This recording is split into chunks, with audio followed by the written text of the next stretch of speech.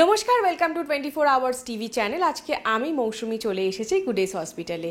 আমি এই মুহূর্তে রয়েছি ডক্টর স্মিতা ঘটক, কনসালটেন্ট গাইনোকোলজিস্টের সঙ্গে, এবং আজকে ন্যাশনাল ডক্টরস ডে, অর্থাৎ ডক্টর বিধানচন্দ্র রায়ের জন্মদিবস এবং মৃত্যু দিবস একই দিনে। তো সরাসরি ম্যামের কাছ থেকে আমরা জেনে নেব যে মহিলাদের বিভিন্ন শারীরিক সমস্যা এবং তার সমাধান। তো সমস্যা তো মানুষের জীবনে এবং মানুষের শরীরে থাকবে, তো এটাকে কতটা কম করা যায় জীবনে, বা কী ধরনের লাইফস্টাইল মেনটেন করলে এই সমস্যাগুলো থেকে একটু দূরে থাকা যায় বলে আপনি মনে করছেন?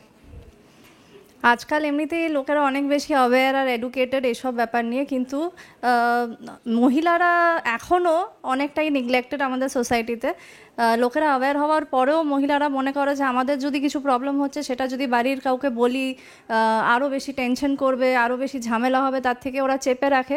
তাতে অনেক লেটে ডায়াগনোসিস হয়, যখন মেবি কিছু করা যায় না। তো এটাই বলা যে এমনি ভাবে আস্তে আস্তে সোসাইটি যখন এত অ্যাওয়্যার হয়ে যাচ্ছে, নলেজ বাড়ছে, তখন মহিলাদেরও সামনে এসে নিজেদের ছোট ছোট প্রবলেমস যখন হচ্ছে সেইগুলো ডক্টরের কাছে আসা উচিত, হসপিটালে আসা উচিত, রেগুলার চেক আপ করানো উচিত, যাতে আর্লি স্টেজেই ডিটেকশন হয় আর যাতে এগুলোকে ঠিক করা যেতে পারে। এক্স্যাক্টলি। সো ম্যাম, আমরা জানতে চাইবো যে ন্যাশনাল ডক্টরস ডেতে 24 আওয়ার্স টিভি সমস্ত দর্শকদের উদ্দেশ্যে শুভেচ্ছা বার্তা কী থাকবে?